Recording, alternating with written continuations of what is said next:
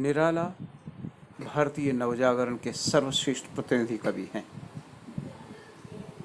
अंग्रेज़ों की दास्ता में जब भारतीयों की मनोदशा आत्मविश्वास खो चुकी थी, तब उनकी कमियों को उजागर करने के साथ में उनकी ऐतिहासिक और सांस्कृतिक गाथाओं को उद्घाटित कर भारतीयों में एक नया आत्मविश्वास का संचार करने का काम नवजागरण आंदोलन ने किया। ये जागृति न केवल ज्ञान विज्ञान की जागृति थी, कला संस्कृति की जागृति थी, बल्कि मनोवैज्ञानिक रूप से भारतीयों की चेतना की जागृति का भी आह्वान है। निराला की कविता जागो फिर एक बार 2 खंडों में निबद्ध है। हमारे यहाँ पर पहला खंड है वो जागरण का आह्वान, जागो फिर एक बार जागरण गीत है। ये जागरण का आह्वान केवल सामान्य निद्रा से जागने का आह्वान नहीं है, यह अज्ञान, अशिक्षा, पिछड़ेपन और मनोबल के गिरने से उत्पन्न हुए अंधकार और सुषुप्ति से जागृति का आह्वान है। निराला अपने इस उद्बोधन गीत के माध्यम से भारतीय स्वतंत्रता संग्राम की गूंज को प्रमुखता से उभारते हैं। ये सांस्कृतिक स्वर जो भारतीय पुनर्जागरण को इस आह्वान के माध्यम से ऐतिहासिक सांस्कृतिक संदर्भों में समझने की और भारतीयों को जगाने की एक चेष्टा है। साथ ही इसमें कलात्मक सौंदर्य की एक अनुपम छटा भी विद्यमान है। यद्यपि ये मुक्त छंद में लिखी गई रचना है, लेकिन उसमें ध्वनियों का आवर्तन इस मुक्त छंद को एक नया प्रवाह, एक नई आंतरिक लय प्रदान कर देता है। और इस आंतरिक लय की संबद्धता से एक संगीत की अनुगूंज उत्पन्न होती है, जो विशिष्ट नाद सौंदर्य और ध्वनि आवर्तन से एक आनंद की सृष्टि उत्पन्न करती है। हारे तारे अरुण तरुण शब्दों का युग्म जैसे ध्वन्यात्मकता को नया प्रवाह देता है। जागो फिर एक बार कविता की अनेक अर्थ छवियां हैं।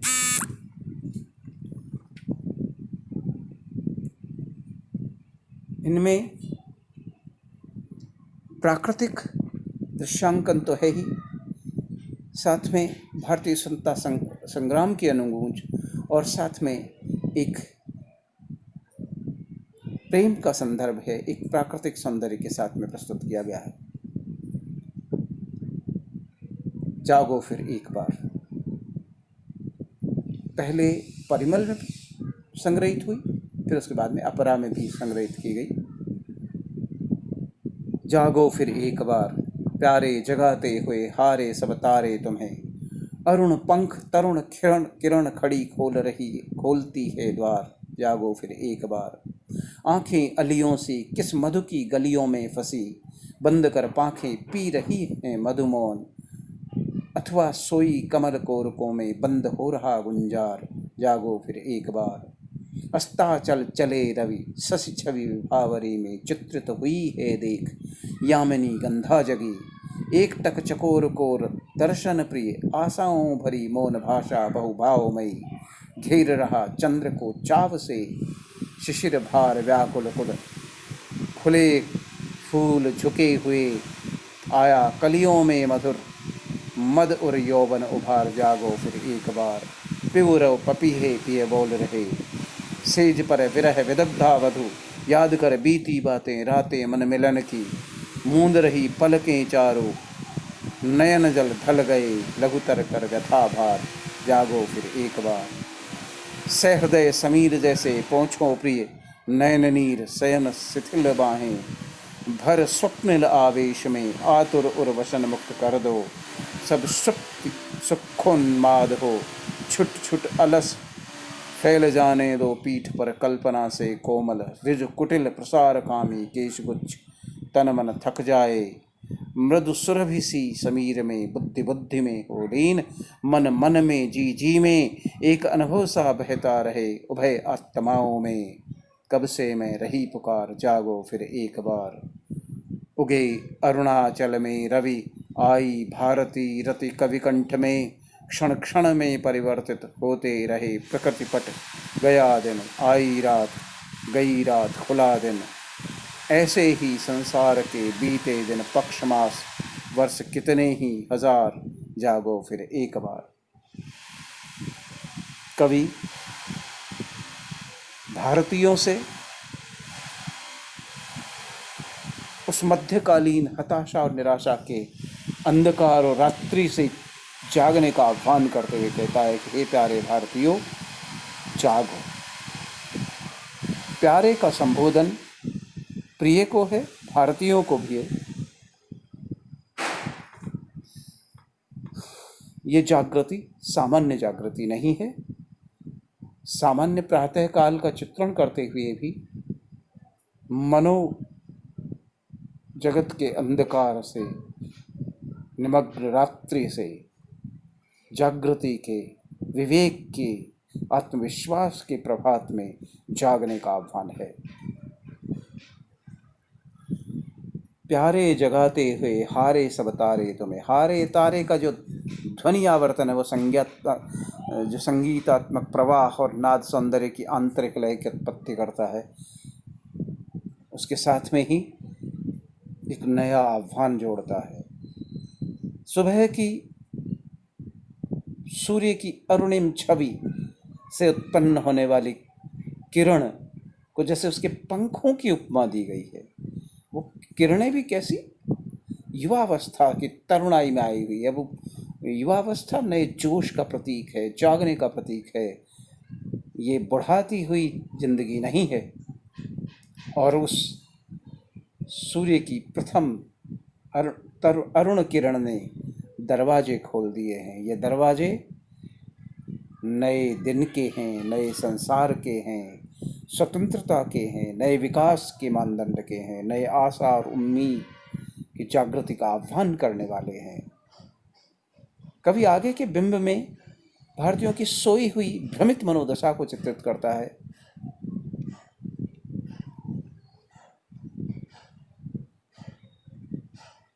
आंखें अलियों सी, रात जब सोते हैं तो आंखें बंद रहती हैं। अब जागना है तो अभी तक हम सोए हुए थे, उस अज्ञान में, उस निरर्थकता में, उस भ्रम में सोए हुए थे। वो भंवरों की तरह से, भ्रमर जो भ्रमित हैं, वो भ्रमर है जो भ्रमणशील है, भटकता हुआ है। वो आंखें उन भंवरों की तरह से, उन अलियों की तरह से कौन से मधु की गली में फंसी हुई थी। ये किसी कमल कोरक में छिपी हुई हो, जैसे बंद कर पांखें पी रही मधुमोन या सोई कमल कोरकों में। ये मधु पीना, ये मधु की गलियों में भटकना फूल और भंवरे के संदर्भ में तो है ही। रात्रि में भंवरा बंद हो जाता है फूल में, उसकी कमल की कोरकों में। शाम के टाइम में कमल की जो पंखुड़ियाँ हैं वो बंद होती हैं, भंवरा अंदर बंद हो जाता है। और कहा जाता है कि इतना ऐसा बंद होता है कि रात्रि काल में वो लगभग मूर्छित हो जाता है, मरणासन्न हो जाता है, मर ही जाता है, जिनसे वो मिठास प्राप्त कर रहा था। ये प्रतीक भारतीयों को उस समय द्योतित कर रहा है कि तुम किन अंग्रेजों और विदेशी आक्रांताओं की तारीफों में या उनसे कुछ प्राप्त करने की उम्मीदों में भ्रमित होकर डूबे हुए हो। उससे बाहर निकलो। जिंदगी का जो सौंदर्य है वो तुम्हें आह्वान करता है कि इस उन्मादी चीज़ों में, उस गुलामी के नशे में, छोटी छोटी प्राप्तियों में, गुलामी के उन्माद में डूबे हुए हो तुम, उससे बाहर निकलो। अपनी पांखें बंद किए, पंख स्वतंत्रता के, आज़ादी के प्रतीक के पंख पर तुमने अभी बंद कर रखे हैं। तुम उड़ सकते हो, तुम में सामर्थ्य है, लेकिन अब तुम केवल उस मधु के मोह में फंसकर उड़ना ही भूल गए। भारतीयों ने लड़ना, आत्मविश्वास और शक्ति और ताकत और उम्मीद ही छोड़ दी जैसे, जबकि उनमें सामर्थ्य पूर्ण था। उस सामर्थ्य का आह्वान कराना, उसको याद दिलाना ही निराला का उद्देश्य है। और उसमें बंद तुम कर क्या रहे हो? गुंजार कर रहे हो। ये गुंजार एक तरीके से गुणगान करना है विदेशियों का, कि भंवरा केवल गूंजता रहता है। वो अब ये गूंजना कोई मनोभाव से नहीं है, ये गुलामी के बंधन से गूंजना है। ये गुणगान जो है विदेशियों का, उसी में या छोटी लिप्सा में भ्रमित होकर डूबे रहना है। ये रात्रि का चित्रण है मध्यकालीन अज्ञान और पिछड़ेपन के प्रेमाशक्त भ्रमित गुलामी का प्रतीक है, निराशा का, निद्रा का प्रतीक है। उसी से जागना है। इसलिए फिर बार बार टेक आती है, जागो फिर एक बार, कम से कम एक बार पुनः जाग उठो, उस चीज से बाहर निकलो। और ये शाम का चित्रण है आगे का, अस्ताचल ढले रवि, शशि छवि विभावरी में। रवि सूर्य तो अस्ताचल की ओर चल पड़े। कहा जाता था कि सूरज ढलते ही सुबह का रात्रि के पहला प्रहर है और उसमें चांद की छवि उत्पन्न होती है। विभावरी चांदनी रात में चंद्रमा और उसे देखकर लगता है कि जैसे रजनीगंधा जाग उठी है। रजनीगंधा रात्रि की प्रतीक है, रात्रि में आनंद रहने वाली। ये प्रेम के प्रतीक हैं रात्रि के समय में। चकोर जो एक निष्ठ प्रेम करता है चंद्रमा से, वो दर्शन के लिए इतना आतुर रहता है। भारतीयों के प्रेम की निष्ठा का आह्वान किया गया इसके माध्यम से कि एक निष्ठ प्रेम तुम्हारा देश के प्रति होना चाहिए, जबकि तुम किन चीज़ों में डूबे हुए। आशाओं भरी मौन भाषा बहु भावमयी। ये प्रेम मौन की भाषा है, भावनाओं से भरी हुई भाषा है।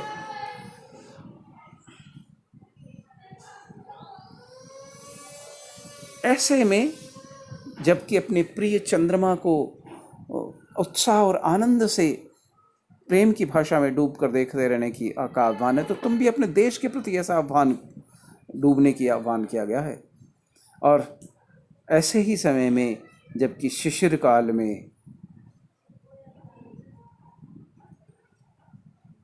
फूलों में नई नई कलियां निकल आई, या नई कलियां भी भारतीय नवजीवन का, नवयुवा पीढ़ी का प्रतीक है कि उनमें नया यौवन और नशा उत्पन्न हुआ है। मानवीकरण, पर्सोनिफिकेशन है, यौवन का एक नशीलापन है नई पीढ़ी में। तब तुम्हें जागना है। कम से कम भारतीय नई पीढ़ी आ गई है, युवाओं की तरुणाई में एक नया जोश और उत्साह है, तो इसलिए अब तो तुम जाग उठो। पूरे देश का आह्वान है जागृति के लिए। ऐसा ही प्रिय का एक प्रतीक है पपीहे का बोलना, जो कि प्रिय को याद करता है। प्राकृतिक दृश्य हैं, लेकिन ये सारे प्रतीक बता रहे कि देखो कौन कौन जागा है और कौन कौन क्या कर रहा है। ये केवल सुबह का जागना नहीं है, रात्रि भी प्रिय में जागृति का आह्वान है, प्रेम में जागृति का आह्वान है। प्रेमी सोते नहीं, रात्रि में अपने प्रिय को स्मरण करते हैं, तब भी जागृत होते हैं। तो कौन कौन जैसे जाग रहा हो, पपीहा जाग रहा है प्रिय के स्वर में बोलता हुआ प्राकृतिक दृश्य के रूप में, और विरह विदग्धा वधू जो है वो जाग रही है अपने प्रिय को याद करती हुई। ये मिलन की यादें करना, तो ये पुराने समय के सुखद मिलन की यादें, भारतीय संस्कृति और उस ऐतिहासिक पलों को याद करने की बातें हैं कि उनको याद करके जैसे आंखें बंद करके एकदम खो जाते हैं, और फिर जब पुरानी यादें आती हैं तो आंखों से आंसू ढल पड़ते हैं। भारतीय जनजीवन में भी कभी याद आया होगा कि हम कितने समृद्ध रहे थे, कितने वैभवशाली, कितने सुख में डूबे रहे। उनको याद करके भी भारतीयों को दुखद और पीड़ा की अनुभूति होती है, साथ में उस ऐतिहासिक समृद्धि की याद भी दिलाई जाती है। और जब पुरानी याद आती है ऐसी समृद्धि की, तो उसके माध्यम से आपकी आज की, उस समय की भारतीय प्रधानता के समय की दुखद पीड़ा का भी, वो भी जैसे हल्की हो जाती है, कुछ छोटी हो जाती है।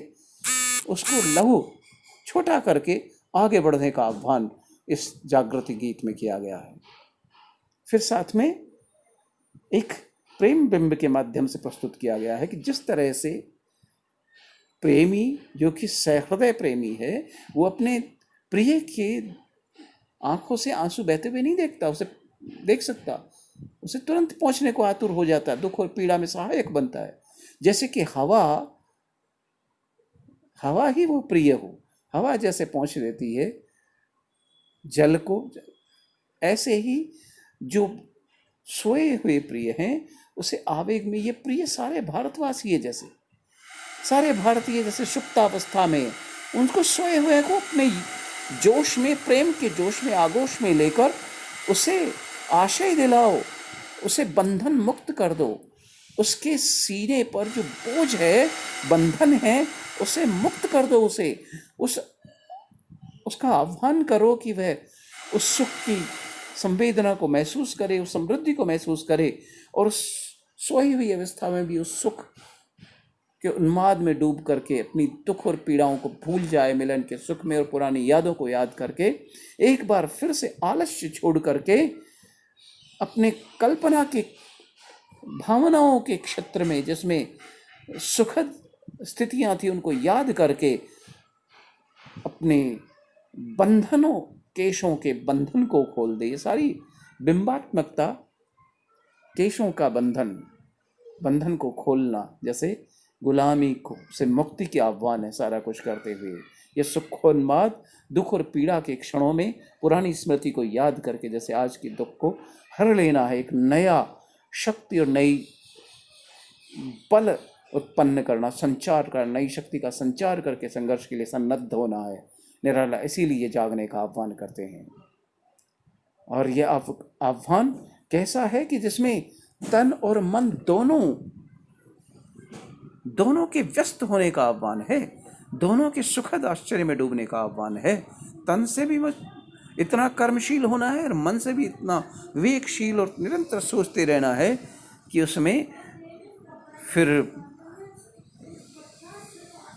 ऐसी स्थिति हो कि बुद्धि में समा जाए, सारी विवेक और बुद्धि सबकी समाहित हो करके विवेकशील हो, सबके मन मिल जाए, सबके हृदय मिल जाए एक दूसरे से, और सबके बीच में, उन प्रेमी और प्रिय के बीच में आत्माओं का मिलन हो, और उस मिलन के बीच में एक पुकार उठे कि जाग उठो, अब तो जागो। ये जागृति का आह्वान है निराला, जो भारतीय मनोबल को जगाना चाहते हैं। और अब तो वो कहना चाहते हैं कि अब तो अरुणाचल को सूर्य आ ही लगने को ही है लगभग। 1929 के आसपास में परिमल प्रकाशित हुआ है। भारत ने पहली बार स्वतंत्रता दिवस मनाने का रावी तट पर कांग्रेस के लाहौर अधिवेशन में आह्वान किया था, प्रथम स्वतंत्रता दिवस मनाने का आह्वान, जब उन्होंने तय किया था कि पूर्ण आज़ादी ही हमारा उद्देश्य होगा। तो वो अरुणाचल में रवि उग रहे हैं। अब जबकि सूर्योदय होने ही वाला है, भारत की आज़ादी मिलने ही वाली है, तब तो तुम्हें और जागृत होने की आह्वान करने की बात कही जा रही है। और साथ में साहित्यिक संदर्भ को कि कवियों के कंठ में सरस्वती विराजमान है, देश की आराधना के लिए भी, और भारतीय संस्कृति को विवेक ऐतिहासिक संदर्भों को याद करके, राष्ट्रीयता को याद करके, देश के स्वतंत्रता संघर्ष की अनुगूंज भारतीय कवियों के कंठ में विराजित होने लगी है। ऐसे क्षणों में, जबकि अब तो सुबह के समय में हर क्षण परिवर्तनशील है, प्रकृति का दृश्य एकदम बदलता रहता हर क्षण। जैसे अभी क्या दृश्य था, थोड़ी देर में क्या दृश्य है, सब लोग जाग करके निकल पड़ते हैं। भौतिक जगत भी परिवर्तनशील है, प्रकृति का सौंदर्य भी परिवर्तनशील है। तो फिर जनजीवन का और भारतीय जीवन का आह्वान है कि तुम भी बदलो, तुम भी उठो, अब निराशा हताशा को छोड़ो, संसार परिवर्तनशील है, तो तुम भी अब निरंतर सोए मत रहो। इस आह्वान के बीच में कवि की दृष्टि भी जाग उठती है। जीवन कैसा है, दिन आता है, फिर रात आती है, फिर दिन आता है, फिर रात आती है, दिन और रात का आना, दिन का बीतना, रात का आना, फिर रात का बीतना, फिर दिन का आना। ये जैसे समय का शाश्वत चक्र है। उस चक्र में ये संसार में पता नहीं कितने दिन, पखवाड़े, महीने, वर्ष बीतते जाते हैं, हजारों हजार, लेकिन जीवन अनंत है, प्रेम अनंत है, जागृति अनंत है। उस शाश्वत मिलन, जागृति और शाश्वत जीवन, और उसके बिछड़ने के बाद फिर फिर से मिलन के ये भावात्मक सौंदर्य की दृष्टि निराला जागृत करना चाहते हैं, और सबको उन्मुक्त हृदय होकर जागने का आह्वान करना चाहते हैं।